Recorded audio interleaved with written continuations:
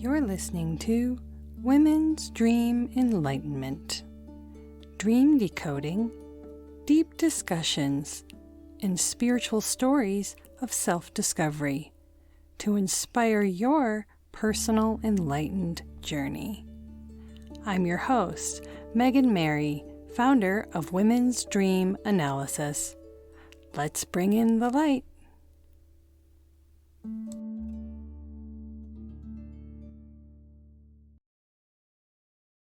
Welcome, everybody. Today I have Holly Copeland. Holly's passion lies in helping people discover what it means to step into the flow with life and live in unshakable joy and well-being while healing their mental, emotional, and physical bodies.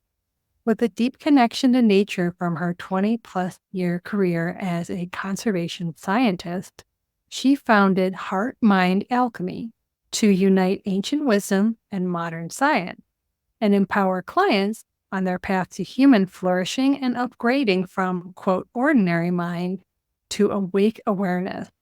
Her background weaves certified training in the healing modalities of breath of love and biofield tuning with human potential coaching, Reiki, neuromeditation, and subtle energy meditation.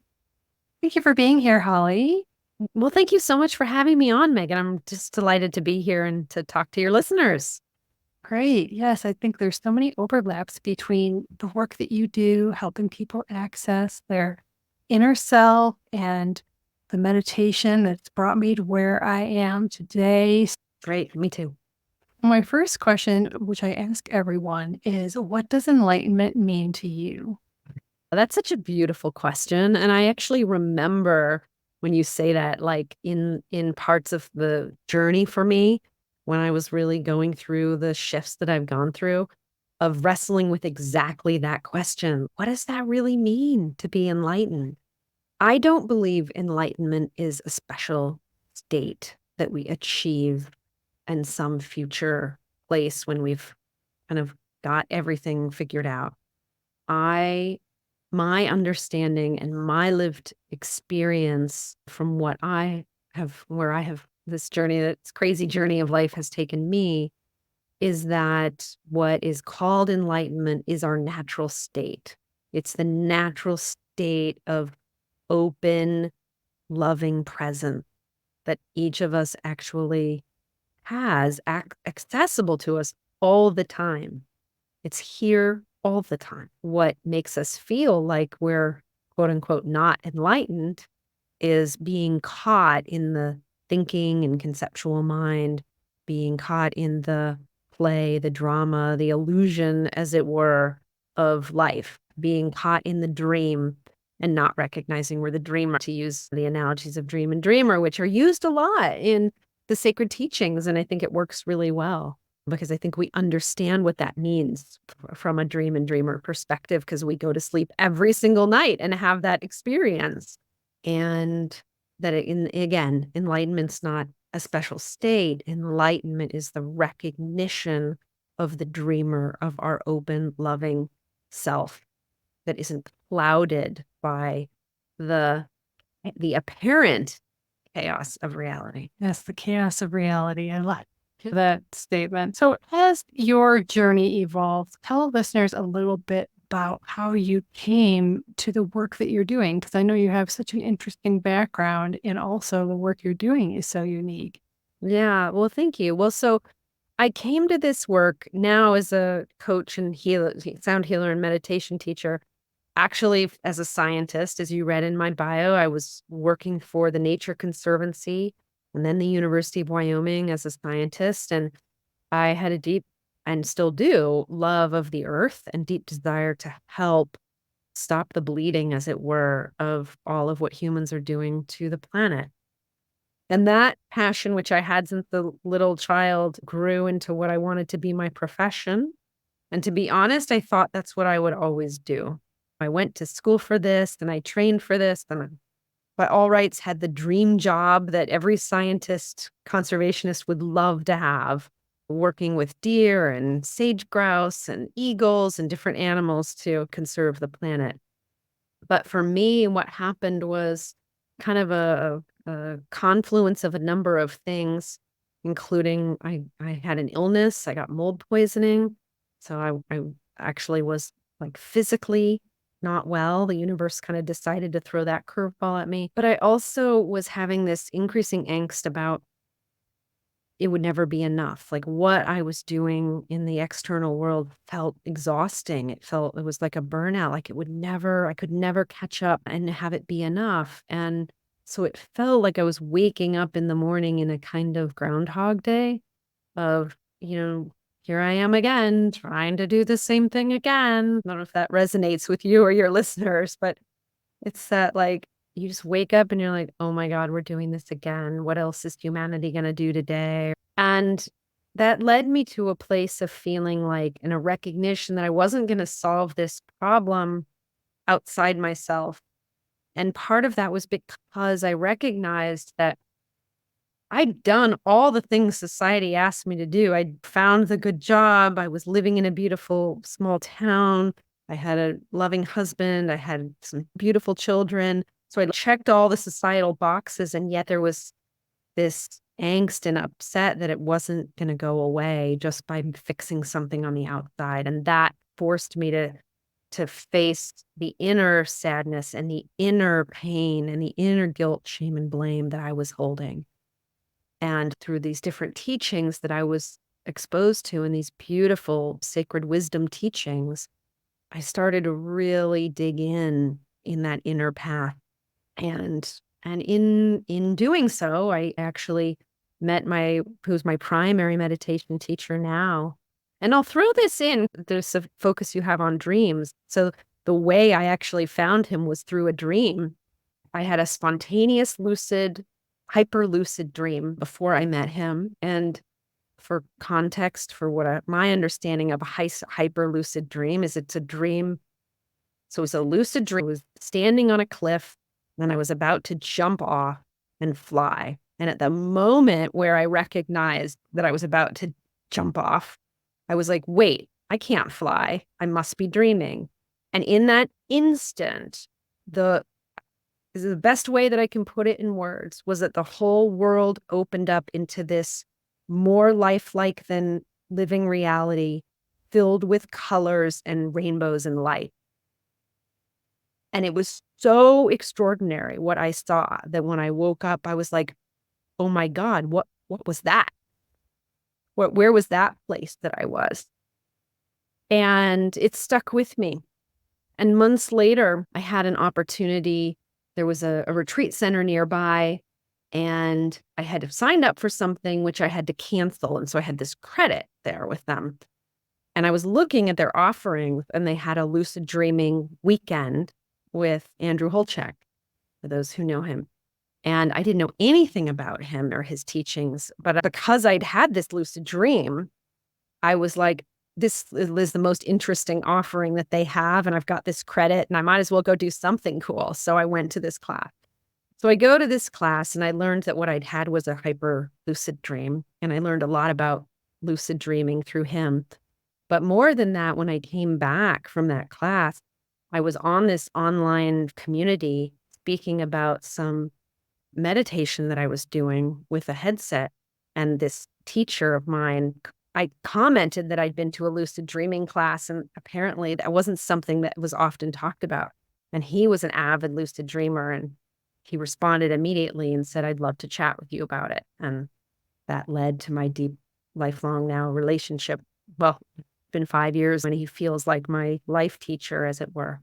So it's interesting, isn't it, how that was a completely spontaneous, wild lucid dream. I've practiced lucid dreaming since then and tried to enter the world of lucid dreaming more, but nothing. That just was a gift from the universe.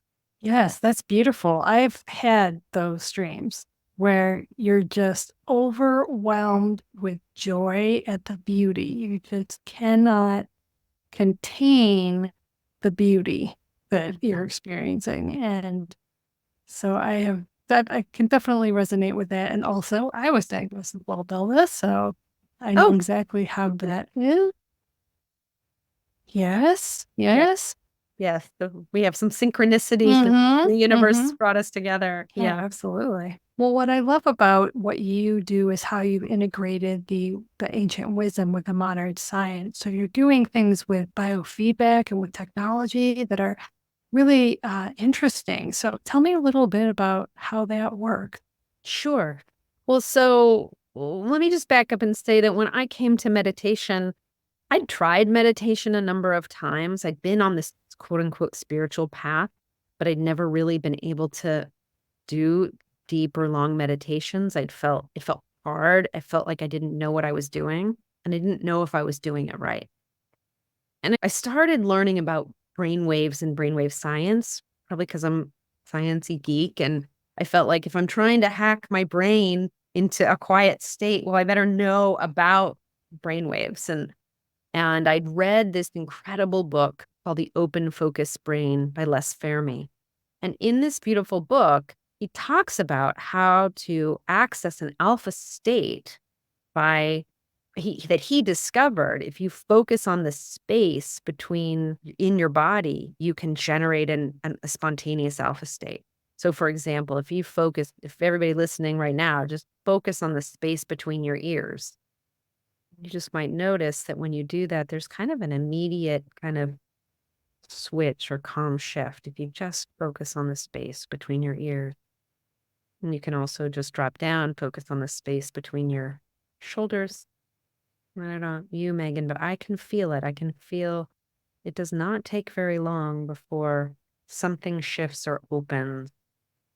Les had been studying brain waves and trying to get into the alpha state. And let me just back up for just one more second and say, for those who don't know, the different brain waves, which because of dreams, maybe your group is well familiar, but just kind of quickly review, never hurts, right?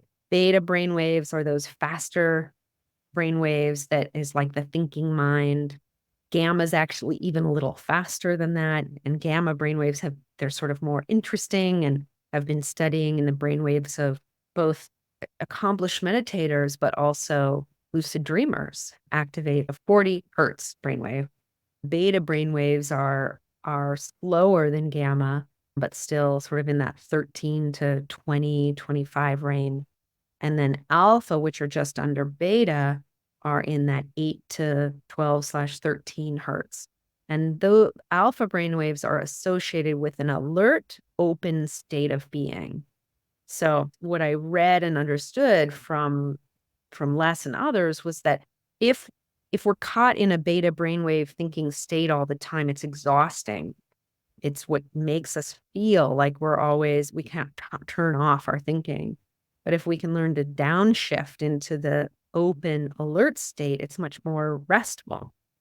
And then if we can drop below that open alert alpha state into theta, that's where we access, of course, our REM sleep and subconscious thinking and hypnosis, and then deep sleep in delta, which is even below that, right? In the realm of 0 to 2 hertz. So I'm reading all about these different brain waves, and I thought, oh, that's really cool. Okay, I'm starting to put together this picture of what meditation is and how meditation is associated with downshifting into alpha and theta states. And that sounds like a good thing. I'd like to learn how to do that, please. And then I learned about devices and neurofeedback, which helps train people into these alpha and theta desirable brainwave states. And then I learned that there were devices you could buy, consumer devices that you could buy to help you shift into these states. And the one that I got is called the Muse headband. And it's a little lightweight headband that you put on, and it reads the brain waves in your head, and then it interprets them and lets you know if you're in an active beta state with a lot of in this program, you hear rain. So you hear like a heavy rain if there's a lot of thinking, if you're in a lot of beta.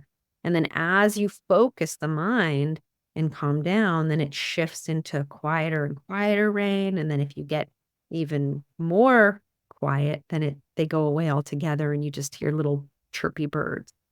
So what that did for me was teach me, oh, I can actually learn like training wheels for riding a bike. I can learn to hear and feel. I can hear and then feel what a quiet mind feels like.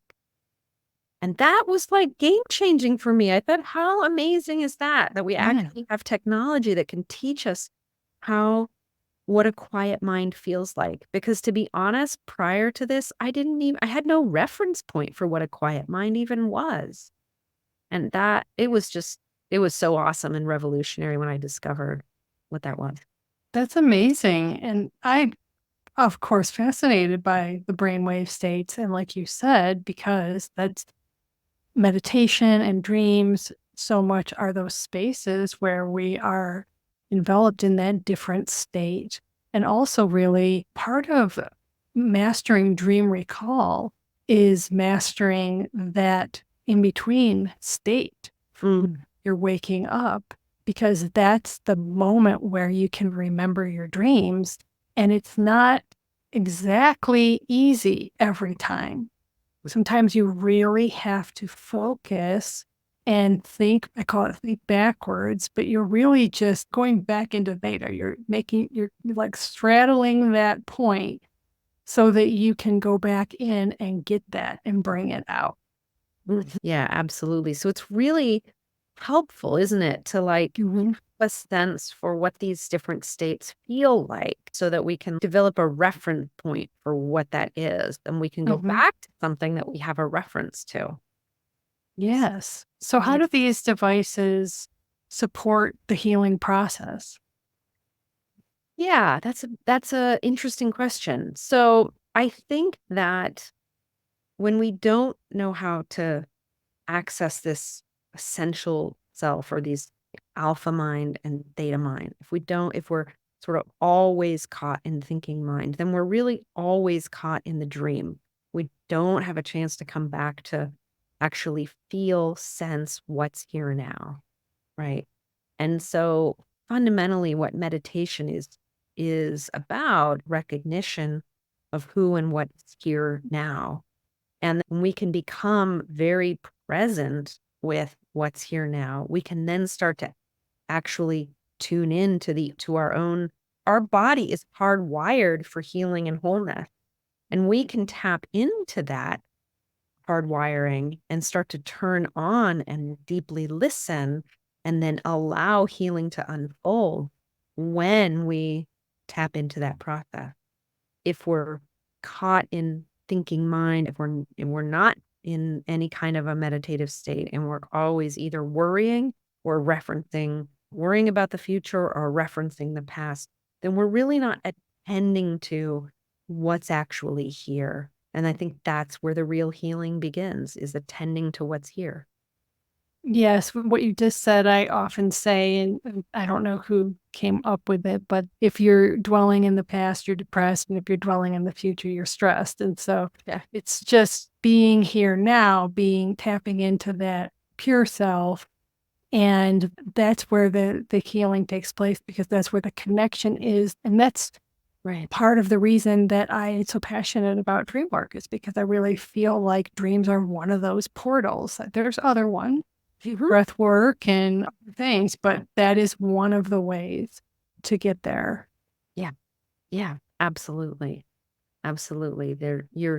I mean, I sense from your beautiful work, dreams help you to really access all the different ways that the subtle energy body is speaking to us, which is trying actually to help us. It's trying to help us release anger, shame, guilt, judgment, all these things that keep us stuck in a cycle of discontentment and unhappiness.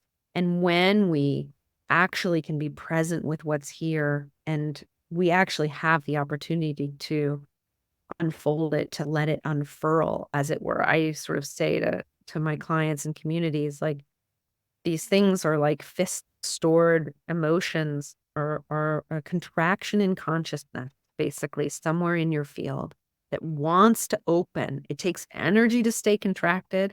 It takes energy to hold those dissonant energies in place. So they don't want to stay there. And the reason that they're showing themselves through what we experience as pain in the various ways we experience it is because it's trying to unfurl.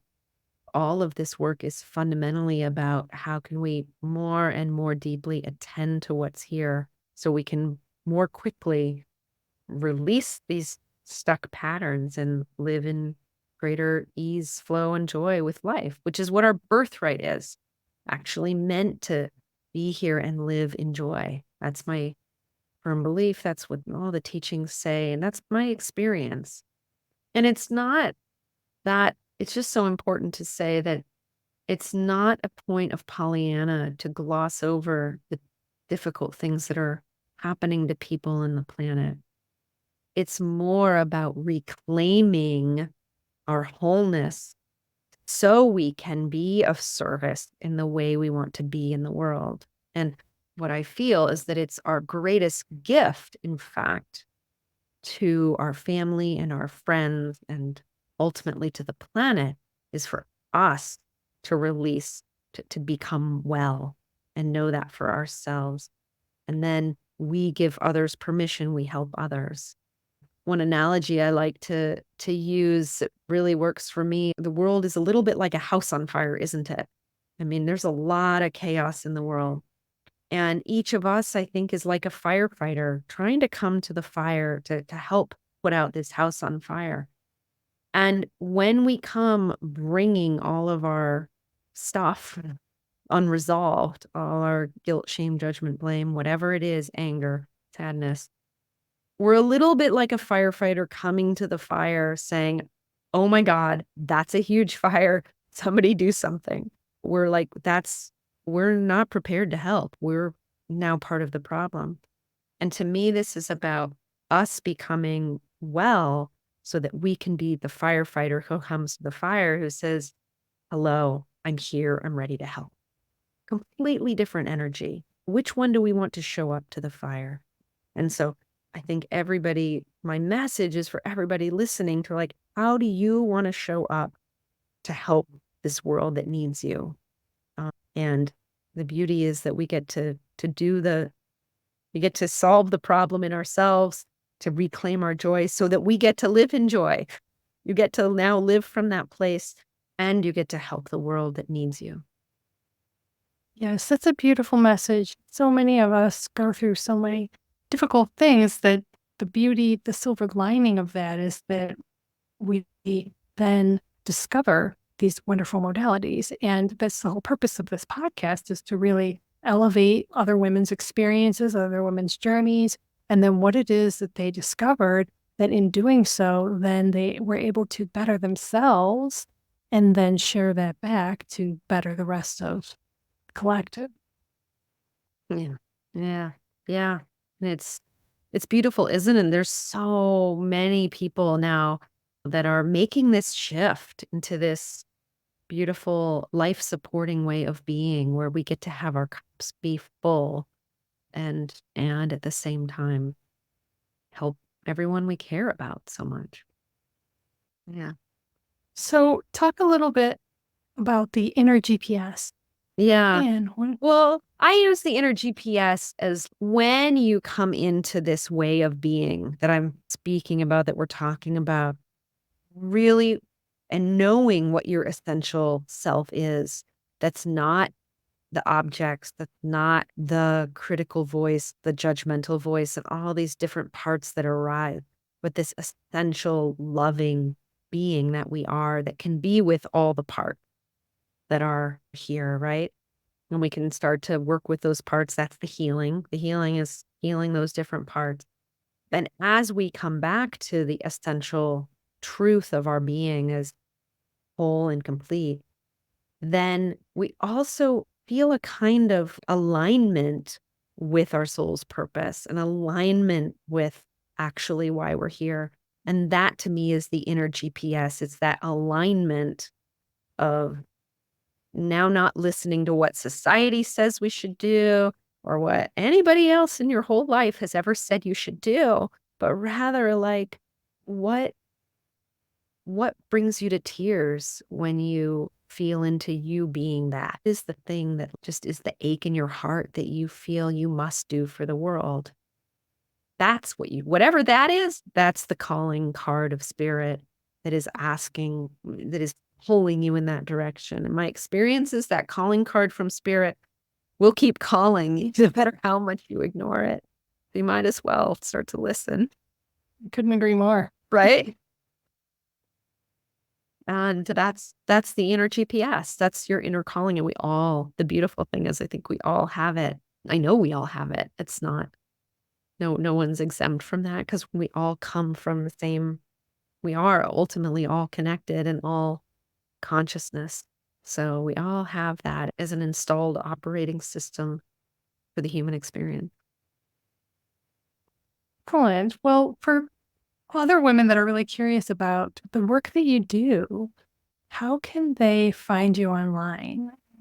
Yeah. So you can find me at HeartMindAlchemy.com. That's my website. And I have a weekly newsletter where I share my favorite musings. It's things I'm exploring. It's an eclectic compilation of things that goes out weekly. And I also have a twice monthly group I lead called Heart Mind Circle. And I do breath work. It's very transformational breath work. It's deep, uncovering the unconscious patterns and beliefs and resolving them. And I also do group biofield tunings, another healing modality. So one Tuesday you get one and the other Tuesday you get another. And it's some meditative guidance as well. And I have a channel on Insight Timer as well, Holly Copeland. And then I do one-on-one work for people who really are looking for that extra support and want to go deep with me. I do that. So all of that you can find out about Heart Mind Alchemy. Incredible. Yeah. Well, thank you so much for being here today, Holly. I think your story is so unique, and I'm really curious to experience this for myself as well in the future. So thank you so much for sharing it with all my listeners. Yeah, you're sure welcome, Megan. Thank you so much for having me on. Thank you. Thank you for listening. Did you enjoy this episode? You can now send me a text message and share your experience. Be sure to subscribe to make sure you never miss an episode. Head over to my YouTube channel and hit that subscribe button as well to be part of my growing community. Are you ready to take the next step in your spiritual journey? Don't miss out on the new Dream Empowerment programs. Unique opportunities for you to unlock your inner wisdom, discover your authenticity, align with your higher self, and bring abundance into your life. If you'd like your dream or awakening story featured on my show, submit it today. Your dreams have the power to inspire and enlighten other women on their journey. Visit meganmary.com to find out more.